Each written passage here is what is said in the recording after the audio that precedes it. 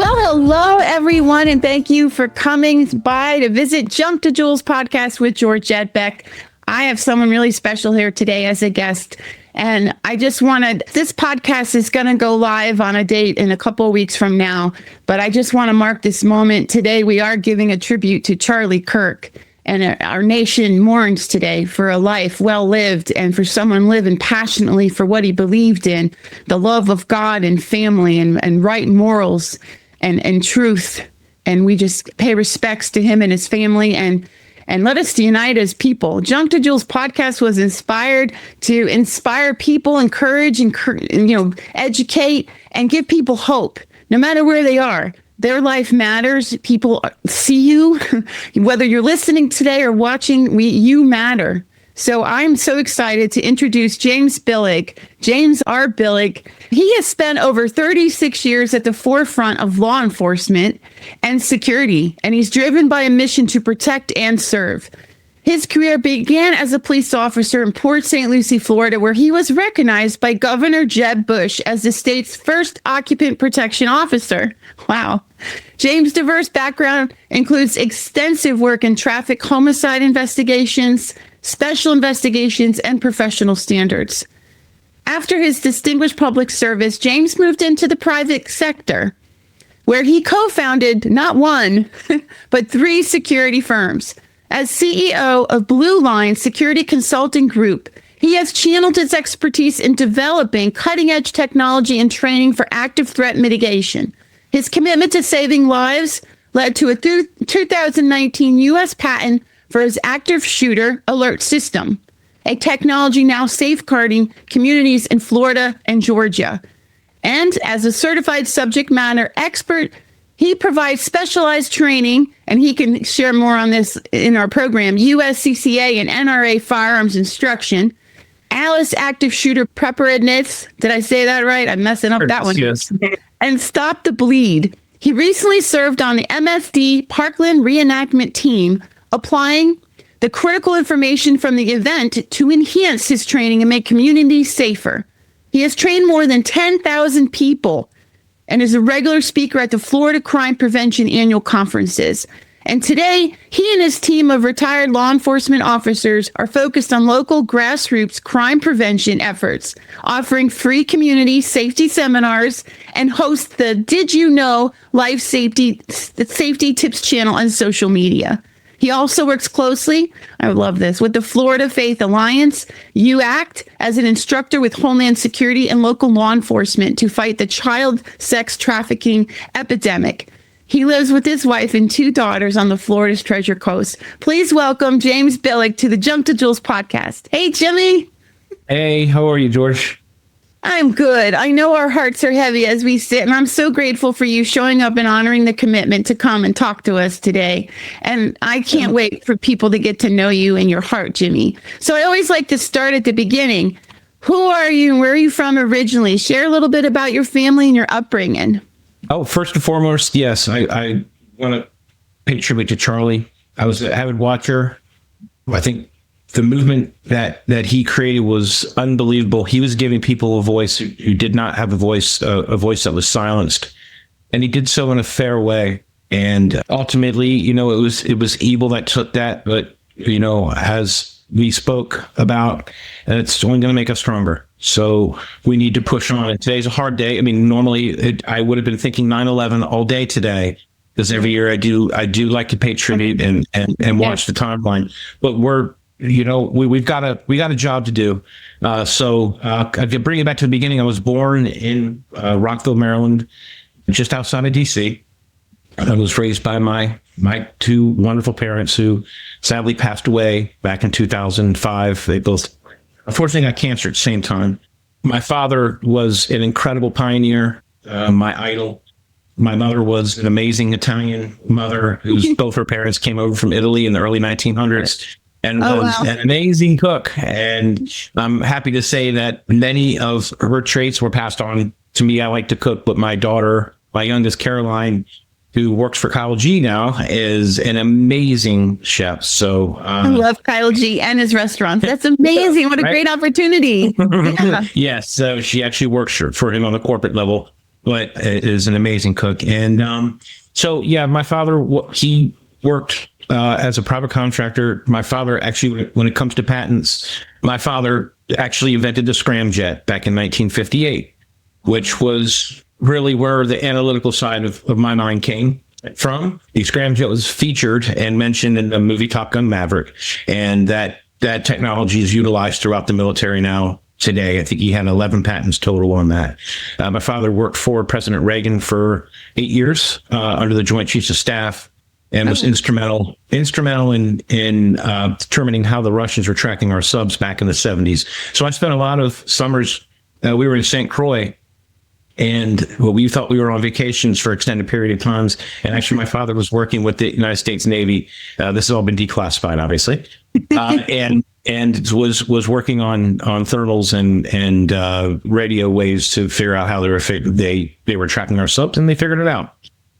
So, I spent my childhood growing up in the DC metro area. Went to all Catholic private boys high school, which was really exciting. And finally met the love of my life when I was going to college at Maryland University, my wife, Stephanie. And I met her at the boardwalk down in Ocean City at Beach Week 1989. We met, we went and saw Lethal Weapon 2, and here we are. Oh my gosh. 6 years later. How many years? 36 years together now. I love her. She's a sweetie pie. 36 years. That's amazing. That is amazing. Yeah, and I plucked her right out of high school. So it was funny. So we both were going to school at Maryland University. My ambition was I was going to get out of school. I was going to work for Montgomery County Police Department, and there really wasn't any question in my mind of what I wanted to do. And wow, you knew your purpose at such a young age. I had already started working physical security when I was young, and I worked hotel security and club security, and I just had a passion for it. Even though my major was in industrial technology and architecture, I just had a passion for it. As your husband Scott, who people don't know, was my boss, my very close friend, my confidant. I loved him dearly. We, for whatever reason, were born with a calling, and we chased that calling down, and even with being away from the public sector, getting into the private sector has been extremely rewarding for me. But my parents did get a beach house down here in Jupiter, and Stephanie and I came down here for spring break in 1990. Just came down for a vacation, and we were here for 2 days and said, we have to live here. And fortunately, my parents were supportive. I had my older brother and my two sisters. Everybody lived up north. With an Italian mother, you don't leave home. But my parents actually did encourage us to make the move. My dad said, if you don't do it now, you'll never do it, and you'll regret it. And I think that was my dad's sheer way of saying, if you get down there, then we have a reason to be down at that beach house more often. Smart man. Yeah, that's right. And it worked out well because he was contracted by Pratt & Whitney many times for projects. I'm working on jets, just in the development phase for DARPA and for DOD. So he was down here quite a bit when Pratt & Whitney was really rolling. So, ended up moving down here and entering into the academy and starting at the city of Port St. Lucie, and worked very, very closely with your husband, Scott. He was my boss, actually, the majority of my career, even on road patrol and in the traffic division. And we did some phenomenal work. We had, many different phases of success, and very early on, we were developing educational concepts that other agencies weren't. And it led us to 2003, 2004, where we started entering into this program, this law enforcement challenge that was put on by the International Associations of Chiefs of Police. And ultimately, we kept working, myself, Scott, our boss, Don Goykovich, and eventually now the assistant chief Izzo, and our whole traffic team. And we were able to win this international award, which was huge for our traffic safety development. We saw all of our numbers go down. I say this all the time in training. In the law enforcement and security world, we are quantified by our losses. We're never quantified by our wins, because we really never know what we deter. We don't know if we saved a life that day. We have no idea. But on our FBI uniform crime report statistics, we're reporting all the bad things that happened. We don't have an area for good stuff, right? So we were able to actually track this and show, listen, there was a decrease in this and this and this, and these are the areas that we focused on. We have success here. We actually, if you average it out, saved X amount of lives this year.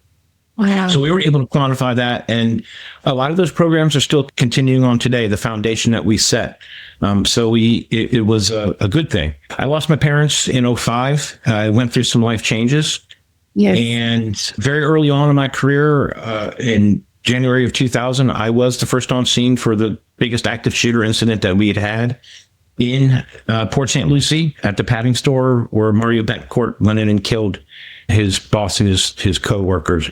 And that was my day in the bucket. That was a day that I was first on scene, and I was there really quickly. And I realized that, we had all the egresses covered, myself and, again, it happened to be Carmine Izzo. We had all the egresses covered. The whole center of the city had converged on this area, and somehow he was able to slip through. And it was on that day that I realized just how slow our 911 system was. That's something that resonated with me. It was a marker in my life. Powerful. That resonated with me, and then ended up coming full circle 16 years later. There are no accidents. I'm getting goosebumps right now. Because full performance are a power that there are no accidents. So you had such an image that hit you, and that never left you. And of course, all throughout your law enforcement career, because I know Scott still has nightmares on some of the things, but it makes you who you are, and that never left you. That this slip, and that's part of the passion of what you carry. It was a highly educational and emotional day, and so I will share that story that I've shared before. That was my day in the bucket, January 10th, 2000. And it was a difficult day because I was first on scene for that. I'd not been on an active murder scene before. And I was asked to do the death notifications for the families by Chief Skinner. And I brought a pastor with me to the first family's home. Out of respect for them, I won't say the names. Everybody knows who it was, but he had a son and two daughters, and that was, as a traffic homicide investigator, when you do death notifications, there's a certain reaction you get out of people. People die in accidents. It's very tragic. It's very difficult. When you give a death notification for someone who's been murdered, it's an entirely different scenario. And it was horrific. I'll never forget being in his son's room, who was in high school at the time, was 15 years old, and just holding him and talking to him. And, it's very hard to find the words to make people feel good. You can't say he's in a better place. You can't say those things. Oh, he's no longer suffering. All those go-to things that you have in that file in your brain, you can't go there. It's torment and it's horror. And so it's a life change. It's not natural. So it is something that is life altering. Yes. And the thing that resonated with me most was going to the second home. And this was the older couple that lived alone. And take a step back for a moment. I had a pastor with me who, was extremely helpful at the first death notification. And we went back to the crime scene first. And he said, I can't go do another one. I said, oh my gosh, you're the chaplain here, okay? That's his role. That's you're counting out on me. You talked down. And so we got a second chaplain there. I got backup, and I looked at Chief Skinner, and his words to me were, "You're already damaged goods, my friend. Can you do another one?" I said, "Yeah, there's no point in putting anybody else through this day." And so I went and we did the second one, and the thing that resonated with me most with sitting with that poor woman is the moment that I hit the front door, she opened the door, she looked at me, she looked at the chaplain, and the first words out of her mouth were, "Mario killed my husband, didn't he?" Oh, my goodness. And we talked about how so many things happened on that day that stuck with me for years. It was, my goodness, she knew who her husband's killer was, because in all the active shooter cases that I've worked, and redeveloping, redesigning, reteaching, and everything that took place, there was always some type of leakage or something that was a precursor that let people know that there was a threat there, and nobody did anything about it. And so I ended that call, went back and was writing my report, And then the entire city was locked down. And there was nobody on the road. And I was writing the report outside of the padding store and was holding the crime scene with another officer. And a call came out on the radio, and Tiffany, our dispatcher, she called out, it was Signal 26, which was a drowning. And I said, "You've got to be kidding me." And she goes, "You're it. You're the only one who's available." Here he is, Jimmy. I forgot about this. I didn't know they were on the same day. That was on the same day. And so this poor 18-year-old girl, Sydney Lusky, had fallen into the pool, and the house was a mess. The pool was brown, and I pulled her out. This is the only time ever I pulled up to a scene with my lights and sirens and jumped out and left my car wide open, lights and sirens, and ran into the backyard and resuscitated her. Was trying to resuscitate her. She's aspirating. I'm doing everything I can to save her life. Yes. And I'll never forget, Rescue 5 rolled into the backyard and took one look at us, and they froze for a moment because a lot of these guys were young. This is the first time they had been on This Is a Baby, and we got to move. And so they came and they took her from me. They whisked her away. They were able to get a pulse on her, and she actually lived the night. And she ended up, dying the next day. And so her parents did not get an opportunity to say goodbye to her. That's the positive that I took away from that. The negative was, our support mechanism as an agency was disabled at that particular point in time. And I look back and I go, well, if Scott was here tonight or a number of other sergeants, they would have been there. Are you okay? Anything at all, But no, I'm sitting in a sopping wet uniform, and I got in my patrol car and I went home. And I never had a conversation with anybody about it because everybody was so consumed with the murder. I never talked to anybody. And it was about 2 weeks later. I didn't tell my wife. She was already in bed by the time I got home. I was home so late. I washed my uniform and said, I have water in my gun, the whole 9 yards. And I just didn't say anything to anybody. And about 2 weeks later, I had a daughter who was about the same age, and she was born in 99. And for whatever reason, I got off shift and I walked down the hallway, and Stephanie was picking up my daughter Jackie, and I took one look, and that was it. I snapped. I went black. I went down. I fainted. Yeah. I would never, me of all people in a million years, never would imagine that would have happened to me. Oh my God. And, oh my gosh. That was it. It was, my brain couldn't handle it anymore. I went into shock 2 weeks later. Fortunately. Yeah. Go ahead. No wonder. Oh my gosh. I believe that was a powerful instigator for responding better to our officers and things, all the scenes. I know they have an advocate team now. I don't know if that was in place then. No, we didn't, but I happen to have a great chief with a great heart, and John Skinner, handed me off to someone who was one of our lead pastors there, who confidentially helped me and got me through it. And I put it in perspective. And so the reason why I bring that long story up is that it's guided me in so many different ways to, number one, keep my call for service to try and save lives and mitigate loss and have all these prevention tools that are in place. And also to being able to deal with the tragedy afterwards, and which are both very, very integral parts of what I do now. So fast forward into the private sector, into the active shooter world.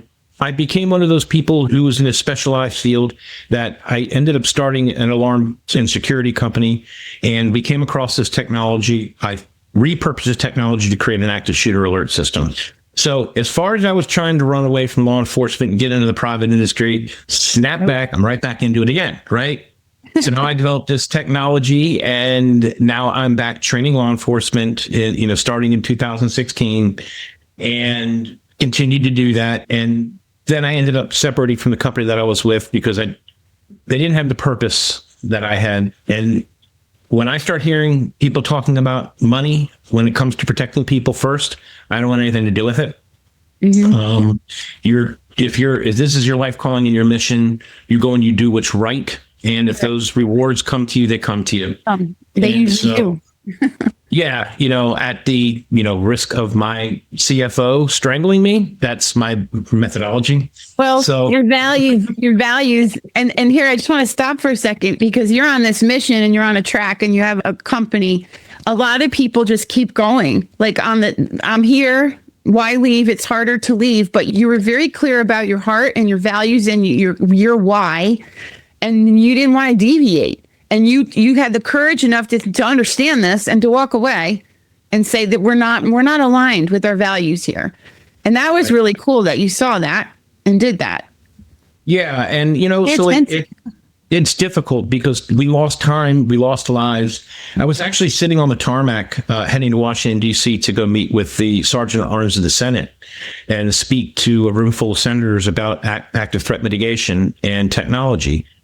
On the tarmac, got the phone call from my eldest daughter, Jackie, crying. And this was February 14th, 2018. This was the moment that MSD Parkland happened. And she said, Dad, I just watched a kid get shot in the head on my phone. And she's hysterical. And she's at Martin County High School under a table. And because everybody went into lockdown here. And I said, I want you to get out of there as soon as you possibly can. I want you to get home. And I'll never forget that because my daughter, for the first time, watched a peer die live on a live feed on camera. And it led to the desensitization, a lot of this, why it continues. So I continued that purpose on. And today we've evolved into more of a consulting group where we take on many missions. And yes, I'm a firearms instructor. Yes, I am an NRA instructor. What do I believe in? My core belief is in gun safety. Everything intertwines in what we do. Why do we have so many school shootings? We have so many school shootings because, first of all, a lot of these people and mass shooters are getting access to firearms where they should not have access. Everything starts at the home. And so our philosophy is not a macro philosophy. Our philosophy is a micro philosophy. It is a grassroots effort. It is a small start in your community. Every community is different. Yes. I say this in every single training class. Had we treated the classroom and the student the same way that we treated cockpits after 9/11, we would not have had a school shooting since 1999, since Columbine. Mm-hmm. But we did it on a national level. We didn't protect our schools. And here we are 26 years later, coming up on the anniversary, we still are not protecting our schools. And we're not going to. It's never going to happen on a national level. I try and implore this to people. Stop looking for help there. You need to do this on your own. You need to take ownership of your own community, your own house. It just said. That's exactly right. It starts in the home. It starts in our community with our families, our friends, our schools. Right here, what do we believe in together? And we value our family. We value our children. We value that. That's very important. And we have to put that the generation first. And I talk about this all the time. Again, we grew up in this world with where we were worried about our threat being several thousand miles away in Russia and the Soviet Union. We were worried about nuclear bombs coming in. Georgette, what did we do when the sirens went off, when we had those drills? What did we do on our classrooms? Under the desk. We hid under our desk because that's going to shield us from that nuclear bomb going off. It's going to work like a charm, right? And so then, life moves on, and our threat's thousands of miles away. And then 9/11 happens, and my daughter was born a year and a half before it, and 9/11 happens, and I call her my 9/11 baby. She had to grow up with this constant fear during her cognitive years that there were bad people, they were terrorists, and they were coming and they were going to kill us. Something was going to blow up at all times. And then my youngest is born in 2004, and she's my active shooter baby, where now the threat has gone from thousands of miles away from getting hit by a nuclear bomb to now these people have to do these things to fly airplanes. And now it's come down to the kid who's sitting right next to her, she's known her entire life, may decide one day to come in and kill her. And so that's why which brings us to today, and why we have all of these desensitized situations. And really what it comes down to is having an understanding that that the shock and awe that we went through as youth, when something like when we look back and we look at the attempted Reagan assassination, we have those flashbulb memories. You know, I come from DC, when Air Florida crashed into the 14th Street Bridge. I remember being home that day. You know, we remember the Challenger explosion. Now think about that. We had all those things happen. Those are flashbulb memories in our lives, and we can remember a particular timelines in our lives. These kids experience this almost on a daily basis. The mind can only handle so much stress, especially in your cognitive years. Correct. So number one, you get desensitized from it. And number two, you do not accept the finality of death. And that is one of the biggest things, you know, when it comes to, I know people constantly talk about video games. They're a whole other challenge in themselves, but they've grown up in the era where you can just redo things. You can reimagine yourselves. And now you have AI, and you can create whatever you want yourself to be at that particular point in time. So they don't understand that this truth aspect that you only have one life to live. Today is as young as you're ever going to be, and there may not be a tomorrow. When you talk to kids about it, it's funny because I interview a lot of them in schools. They don't look past 30 years old. They don't have 5 and 10 year plans. They're worried about the here and the now and the today, and they're not planning ahead. It's a scary time for them. And is there a way to do this on a large scale where you get them out of this? No, it's got to be done locally. They got to be reprogrammed and retrained to understand that. But it's difficult with the challenges that we face.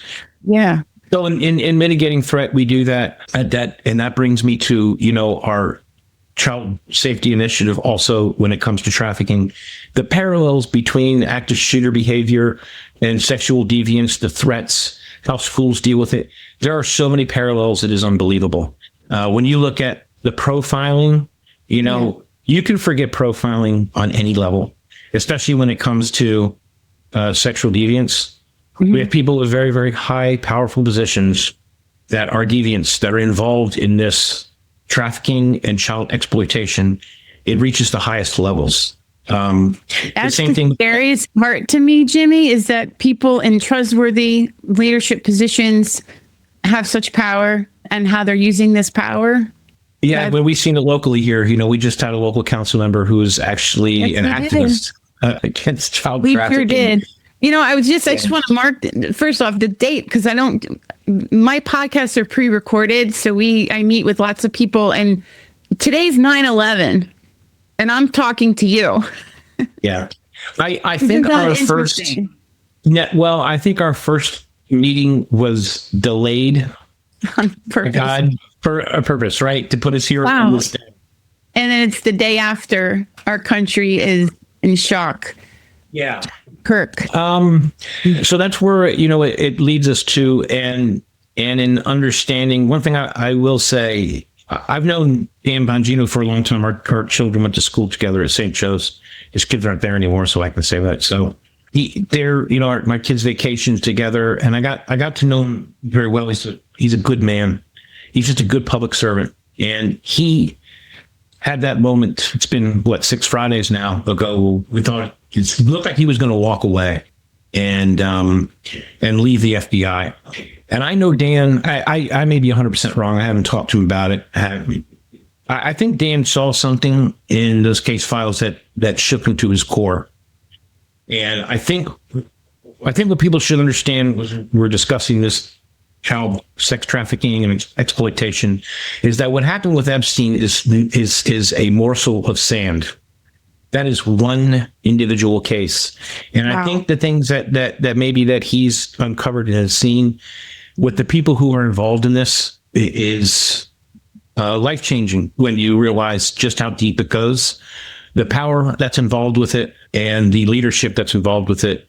It is a huge business, and it is a sickness. It is an addiction, and these people can't get away. They can't get away from it, and we're going to have a very, very difficult time trying to stop it. You know, they just caught Murdoch, who was the physician trying to lure a 5-year-old here locally, and poor Aunt Lucy. Detective did an amazing job, but you look at the resources that goes into trying to catch this person. You know, it's sitting on there having to be that good to pretend to be a mother that's trying to give your pretend 5-year-old daughter to a man who has unbelievable tech capabilities. I was at the Homeland Security the other day for a brief with one of the special agents I work with up there. And, we had a long conversation about this. And I said, by the time you guys are all done, you've caught one guy who's probably committed this crime. I mean, not only was he a doctor, he was a pediatrician too. So he treated young girls. The onion that's going to unravel from this, the amount of victims, the amount of time, the amount of resources. You got 6 different agencies that are involved now. You're talking millions of dollars to prosecute one person. So are we able to do that as a government and stop that? No, we're not able to. No, but there's here. That's why you do what you're doing. You're educating. Yeah. It starts with the parents and home front. And, it's just understanding. And even though this ties into the social media, this ties into the phones in children's hands. Exactly. I know some parents that they will not let their children have a phone until a certain age. And that's right. Just the teaching that's come out in the cognitive learning that even for adults, keep scrolling, it numbs down the brain. I'm saying in layman's terms, you're not able to think like you used to be able to think. And that's killing our relationships as adults, never mind what it's doing to the young child in the brain. It prevents them from learning. And that's layman's terms. There's whole research out on this. And as good parents, we encourage you to go look at that, the usage, the impact of social media and the phones. Your child doesn't need an iPhone. Not that young. And remember that this is a gateway to the world. I can go out to the world and see everything, right? Yes. This is also a gateway for the world to get to me. Correct. And that's what ends up happening with these kids. Before I forget this, please go to Florida Faith Foundation. Yeah. Their website. So it's ffa.org and uact.org. Florida Faith Foundation. If they Google Florida Faith Foundation, it will pop right up. All right. So Florida Faith Foundation, if you're listening or watching, mark that in your mind. Florida and then Faith. uact.org is the national arm of Florida Faith. So it's u-act.org. uact.org. I'm going to write that down.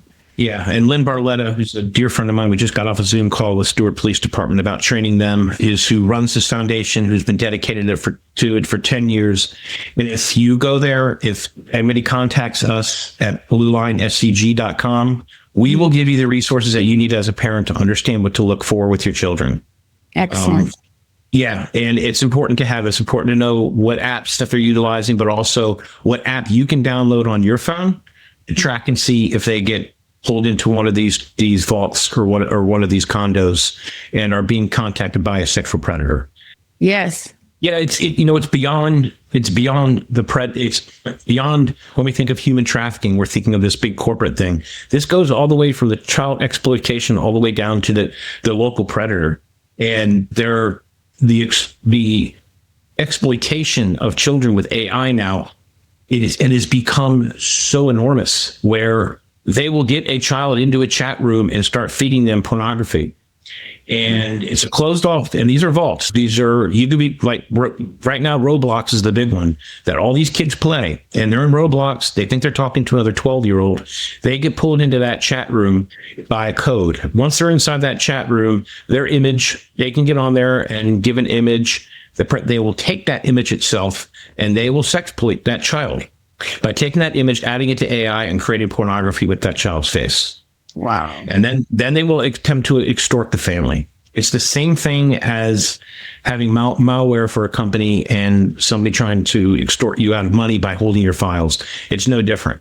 And they will take them and they will do that. They will work these kids for 1-2 years. I mean, they work them for a very long time until they finally get that meat place. And then it's too late at that point. So trying to stay ahead, especially our age in the 50s and 60s, is not an easy thing to do. So you need to have the tools, to arm yourself with those tools to enable you to do that. Now you go into schools because you work on school safety, church security, safety team training, concealed carry and gun laws in Florida training. So school administrators, on the private and public, of course, but they can invite you in and talk to their team, and you can, evaluate their situation. And I remember, Scott, years ago too, we were going to our church. It was open. It was open. There was no fencing. There was just open access in all directions. And I think since then they've taken some steps. I haven't been over there to fully evaluate that, but so you can actually work with churches to develop a plan and a strategy, correct? Yeah. So since Crosspoint, a lot of the Crosspoint shooting in Michigan that took place, where I like to evaluate our wins and how do we win and how can we retrain the wins. And they won that day. They prevailed.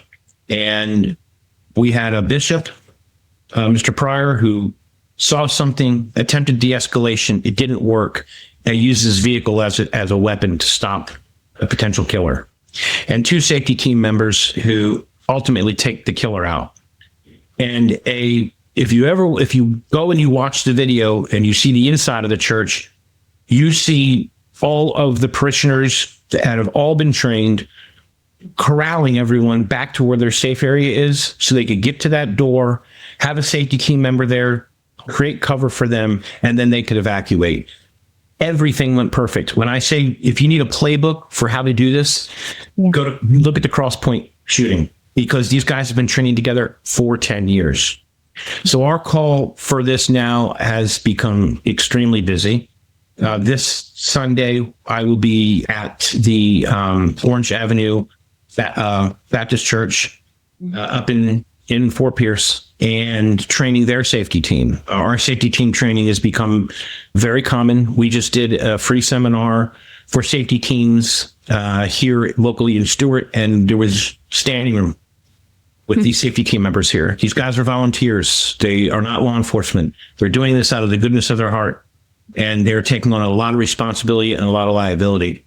Our job is to get them as trained as we possibly can to work tactically, have all the different facility hardening and training hardening that they need to be able to mitigate a threat and be able to de-escalate. And for them also not to understand that going to guns first is maybe not the best option in a church. But all churches are unique, just like all schools are unique. Absolutely. And so we have a very big seminar coming up, and you guys should put this out there. If this is up before gotta look at my calendar. If this is up before the 28th, so the 28th of September. Okay. At the Port Salerno Church of God, we've become very close with Pastor Yu over there. He's a great man, and he actually has now joined our training team and is going to get firearm certified with our team. He has an outreach of 500 churches in the state of Florida. Wow. So we're going to be running a safety seminar from 4 until 6, and I think we're going to have food afterwards. That's at the Port Salerno Church of God. This is an open, free safety event for anybody to come to.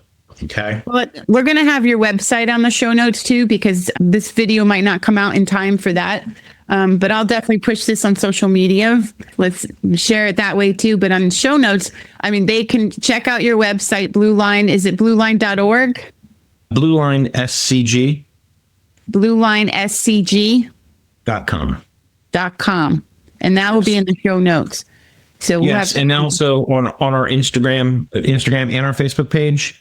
Yeah. I do did you know life safety tips, and I do that pretty much on everything that you can think of. I did one on e-bikes the other day. Pretty much anything you can think of, we try and put out there just to educate people on what the latest laws are and things to look for, how to avoid it. And it's nice because we're starting to get a good following. This is all free information for people. We don't want anything out of it. I just want to give the information out there. And going back to that quantifying, how many lives you save, how many people pass away. I don't know. I could have saved 10 lives today by giving that information. Who knows? Who cares? Just have it out there, make people feel better. There's just so many people that just don't have answers. And just the other day, I was at one of our schools and speaking to a teacher. And I said, right now, if you were under attack, what would you do? And the answer she gave me was insane. She was a new teacher. She had gotten some type of training at a school before. Well, the last person told us to split the kids up, and these were 4-year-olds. I said, they told you to do what? They said, well, you want to take some of them and put them over here and some of them put over. I said, 4-year-olds who are supposed to be in lockdown. I said, no, we don't want to do that.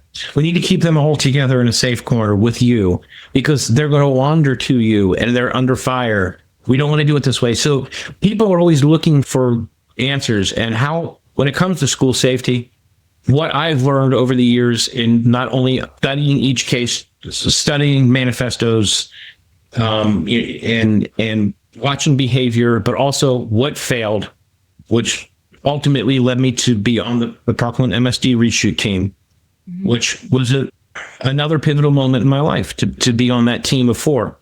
And my job was to be there to, it's an ongoing civil case, so there's only certain things I can say. But my job was there to really primarily, I wanted to see how these classrooms are set up. We reshot 160 rounds of the same cartridge that was used by crews that day. And, obviously we're there to figure out sound. Did the people who were on site, did they actually know where the bullets were coming from? I think we can all draw our own conclusion to that. But it was to show the systemic breakdowns that took place at Parkland that day and to bring that training that we learned to the forefront. You have to learn from our losses. Yes. And so we apply that into all of our training. How did we fail that day? How did we win? And there was a lot of failure, and it's unfortunate. I look at, yes, yesterday was a difficult day watching Charlie die, but my mind immediately went to what steps could have been taken that were the easiest steps to take that could have probably mitigated this or defended it. And that's where my mind immediately starts going, because today, somewhere speaking, it's 9/11, right? There's a lot of people speaking at places, and our threat level is back up high right now. And that's when you need to take advantage of putting safety measures into place, because complacency will fall back into place. And they say, yeah, you know what, that happened a month ago. I really didn't want to think about that. Kind of want to move on and think more positive. And then it's never going to, yeah, right. It's hard to, but the mentality of it's never going to happen here. We need to eliminate that. I mean, aren't you sick of hearing that, Georgette? Aren't you tired of every single time? Well, I can't imagine it happening in this town. It's like, how small does the town have to get for you to realize it can happen anywhere? It's anywhere. There's a war, it's a spiritual warfare, I believe with all my heart. There's good and evil. That's been since the beginning of time. Since this earth was created, Adam and Eve, whether you believe in the Bible or not, even just look out there, look at nature. There's good and evil everywhere. That's right. So here's the deal. I'm not going to be like, I feel a heavy heart, but like you said, what happened? And let's look at it. First off, I mean, they're tying this, they're comparing it to what happened with President Trump. And that's still a case, in process that they're looking into and, doing that. This wasn't an accident. This isn't done by a crazy person. And they're trying to have conversations about that. This was very planned and this was detailed, and look at the evidence. But you're not supposed to be afraid to go outside and live your life. So you need to be smart. And this is why you're doing what you do. Learn. First off, we don't have fear, we have faith.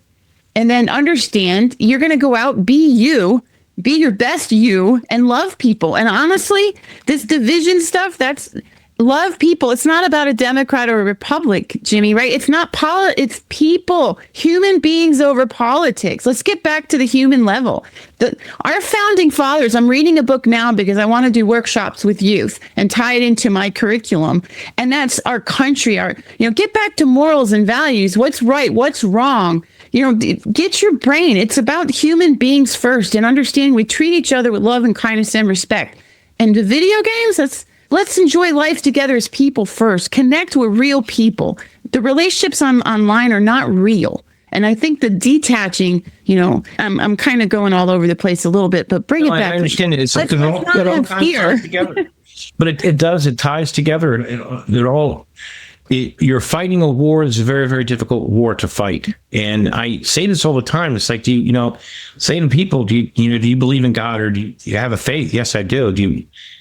Well, then you have to believe in the devil, because you can't have one without the other, right? And right. And so you have to believe that there are people who are on this earth that who have bad intentions. I'm sorry. Yeah. There are good people who do bad things. but there is pure evil. And I've sat across the table from pure evil and interviewed them. Your husband has sat across the table. He has. And in the room with the devil. And when you're there, on his arms raised, he knew it. You just know it. But here's the deal. We can overcome evil with good. And that's why they say every kindness you do, you're doing the right thing. Being kind to someone who doesn't deserve it. Forgiving people. Right. So here's the deal. It's time to wrap up. So I have favorite questions I always ask my guests, and then we'll come back to encourage people to check your website out. But do you have a favorite book and why? Out of all the books out there, because I'm a reader. I love it. Okay. Well, I have two. So my first one is Where the Red Fern Grows. And I know I was 12 years old. That's a classic. Yes, and it was just the story of the two dogs and I've always had two dogs my entire life. I think it's from that and the bond that he had with his dogs. But what was special to me, it was the first book that I actually really read on my own because I wanted to. Yeah. And ultimately ended up becoming my daughter Jackie's first book she ever read on her own because she wanted to. Who's that? Yeah, it's really cool. And then my second, which is going to sound kind of strange, is The Art of War by Sun Tzu. I think that it is anybody who's into safety, business, or anything should read it. Understand, and when it comes to personal protection and protecting schools and churches and all these things, you should read this because it is a playbook on how the other side may think. His motive was not to utilize these tactics for evil. It was to utilize them to defend yourself and to protect yourself and to protect those around you. It was not a war tactics book. It was about good defense. So yeah, those are my two. Excellent. I love it. Do you have a favorite quote or affirmation? My father, I'm sorry, he's going to have to go back to my dad again. My father said many, many things to me, and the quotes that he said to this day in the morning, I always say them to myself, and it's baby steps on baby steps. And it means a lot more than just those words to me because he said it to me at times when I was trying to rush things, and they resonate with me. And the other thing, amongst many things that he said to me, I want to mention is there are two types of people in this world. There are opportunists and those of principle. And it may take 50 years for you to figure out what they are, but people fall into one of those two categories ultimately in the end and in their minds. And so those things always resonated with me because I've been fooled by people. And I was like, wow, they really were bad. I can't believe it. I thought they were good. So that's look my dad. I like that. I like that quote, baby step. I need that. I'm going to take that for myself. That's a good one. Especially like you're an entrepreneur and you're an achiever and you have all these great things you want to do to help people, right? Well, you can only do so much a day. And then you start to feel down on yourself because you're not accomplishing all the things on your list because you're getting distracted. I don't know. I'm going to take that for me today. Baby step, baby step. I have another one. So I might know the answer to this, but if you could sit down with anyone, past or present, for a glass of wine or a cup of coffee or a beer or root beer, who would it be and why? Back to dad again. So, thought so. Let me get choked up. I would love to talk to my dad today. I would love for my dad to see that I earned a patent, and it was his inspiration that got me there. It's a long process trying to get a patent. Yeah. But I like to, I actually, with all the evil things we have, I would love to show my father this. My father led in technology at the Applied Physics Laboratory. They had one of the first supercomputers that he helped design for the Department of Defense and DARPA. And him talking about how the computer was the size of a room. And when technology really started to evolve in the 2000s, and it was before the iPhone came out, unfortunately, my dad was always amazed at pictures, how the pixelation of pictures had gotten so good at that point and how quickly technology had become. I just would love for him to be able to come back to earth and see, Dad, look where it's come, look what Elon Musk is able to do with a rocket now, which was his types of designs. He can bring that thing back down to the earth. My dad used to get so angry at the space shuttle process, how he had to take those rocket boosters and bring them all the way back to Florida. He used to get so angry about it and try to change it for so long. I think he'd be amazed by that. So amazing. Oh, your family, you know what? You have such a strong spiritual heritage, but your generational, like your brain, you guys are intellectual people. Just the ability to think like the way your dad does and the way you are. Like he is proud of you, Jimmy. Like, I know that, like you are just taking it to every level you can. And you got that from your dad. Like, it's inside, and you should be proud of what you're doing. I'm admiring you and respecting you right now. Like, this is huge, and I love that. Appreciate that. Thank you. So one other thing, and my next question too, is it going to be your dad? Did you have a mentor that impacted your life? My dad and my brother, were always so busy. My father was so busy trying to save the world, and the funny thing about it is, my dad was such an incredibly respected man. Yeah, he's in the International Academy of Science, and he's got an entire building named after him at Maryland University. And, but then on Saturdays, my dad would have these crappy shorts on with these terrible shoes and this V-neck white T-shirt, and he out picking weeds. I know those. Oh my gosh. And my mother used to go nuts and go, "Are you going to get some new shorts?" He's like, "Why would I want to get new shorts?" I did it. And, I learned very early on, because I remember going out as a little kid saying to my dad, I go, "Dad, why don't you just get somebody to do this for you?" And he said, "This is therapy for me." He said, this is how I relax. He goes, his brain was going 1,000,000 miles a minute. Pages. You remember the movie "Your Beautiful Mind," where that barn, where he had it out in the barn with all the lines? That was my father on graph paper, just writing equation after equation after equation. And I was very good at physics, but boy, I'd take one look at his and I go, "Whoa!" I couldn't. He's doing launch equations that I never even imagined. So, yeah, and definitely my dad and my brother too. My brother's always been there for me. I love him dearly. Excellent. And you talk about quotes. My brother's favorite quote to me was, "Procrastination is the biggest thief of time." And every time I'm procrastinating and I'm looking at time, I'm saying, if I just would have handled that before, I would not be in this situation right now. So it's a good quote to live by. Yeah, I like that quote. So if you could talk to your younger self, or someone that's currently in similar circumstances, any one of the circumstances you overcame or walked through, or even just your younger self, is there something you would say? Yeah, I give myself the winning lottery numbers to November 7th, 2022. That was a $2 billion Powerball. I would have done that. No, seriously, I would have. 1.7. Yeah, it's $1 billion.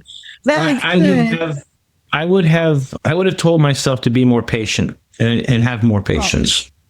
I find myself being, and my wife, she has a lot of physical ailments from us getting hit by a drunk driver. And as I would tell myself even today to have more patience and not get so easily frustrated. That's difficult. And I would, manage my time better. I would give myself early on, you needed to manage your time better and, keep your trust in place, but verify first.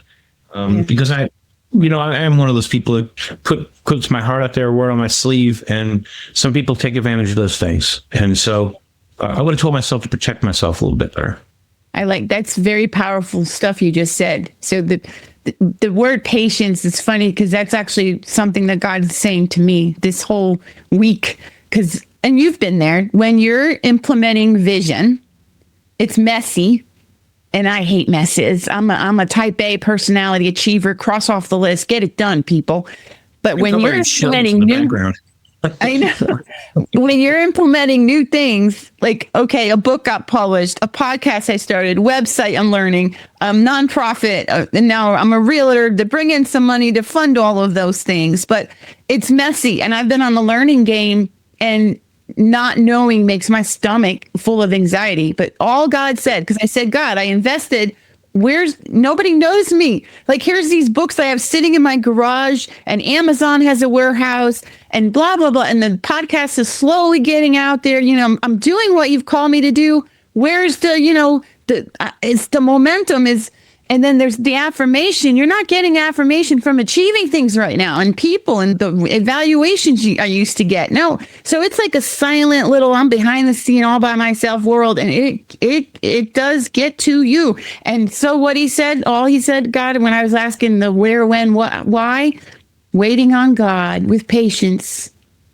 Right. And it keeps coming every day. It's another quote from someone or a person saying, and you now add that to the word patience. And if you look in the Bible too, Jesus came at such a time. And even Moses, when God delivered his people, Moses had his training and then he put him out. Like Moses was in a wilderness for 40, like he was living on his own. And then God said, okay, it's time. He pulls him out and he feels very inadequate, even though he had the ability to do it. And God got a little upset with him. And then Joseph had this glorious dream. And he was thrown in a pit because his brothers were jealous of him. And then there was a time, there's always a gap when God gave you something to do. He gave you the vision. And then there's this huge gap. David, out of all his brothers, and I love David because it's how I feel sometimes, the one people don't see, right? All his brothers, the king, how about this son?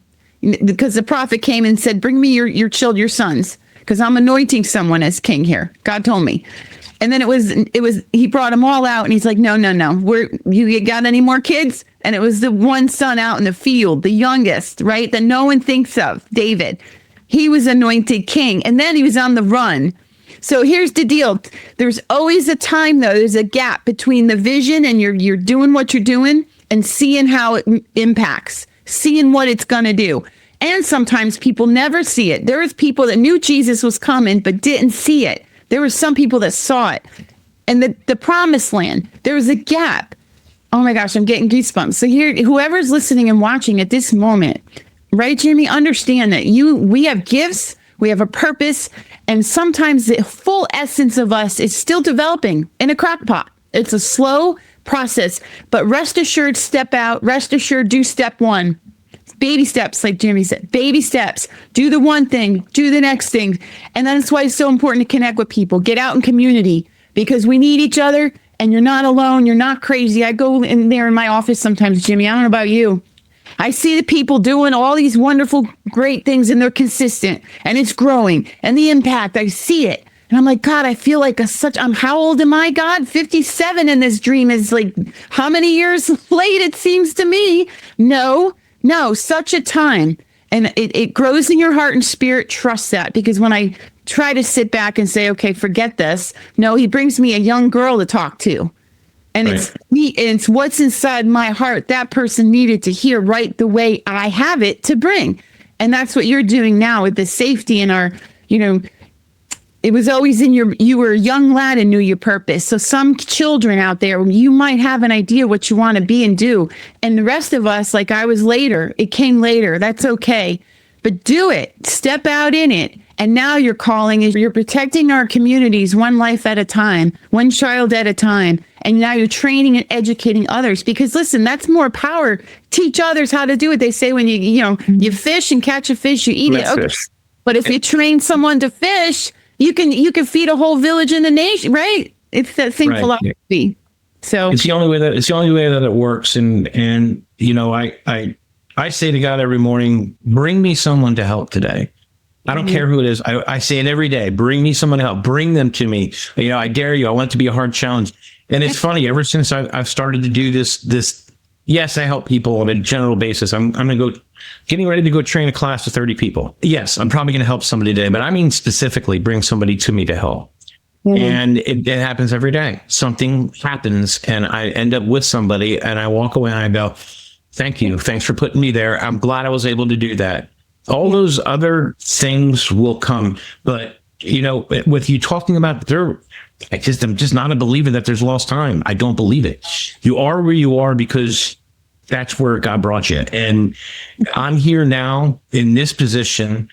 You're an author. I mean, you wrote a book. How many times did you rewrite? How many times did you go back and something that you wrote? You wrote something, 3 months earlier and you're going, what was I thinking? And you're laughing at it. I look at some of my old branding that I was doing with this company. I'm going, what was I thinking when I did this? It's funny, but nothing's away. Yeah. It's how you evolve, it's how you evolve until you get it right. And Absolutely. and so he's never going to give us more than we can't handle. And so we're there, where we're supposed to be right now. And and so, my biggest thing, the only thing I can leave you with now is I just want people to practice vigilance to keep themselves safe. I don't want anybody out there being paranoid, whether you're in a school or church. I don't want you living your life in fear, most importantly, but just be aware of your surroundings. Be aware of those things. Take a moment. And the biggest thing that I always train, if something doesn't feel right, it probably isn't.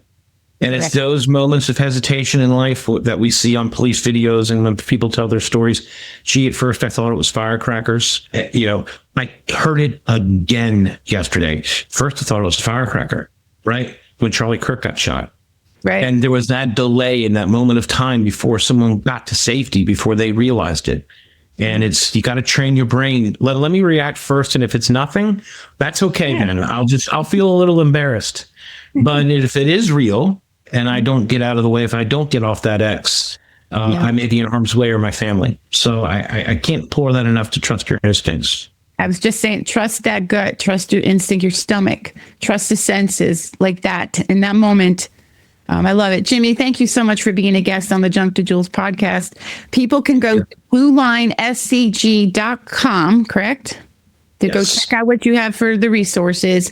And if you're listening and watching, follow Junk to Jules, subscribe. My book's on Amazon, and check out Jimmy, BLUELINESCG.com. And thank you, Jimmy, for being a guest. You all be blessed. You're welcome.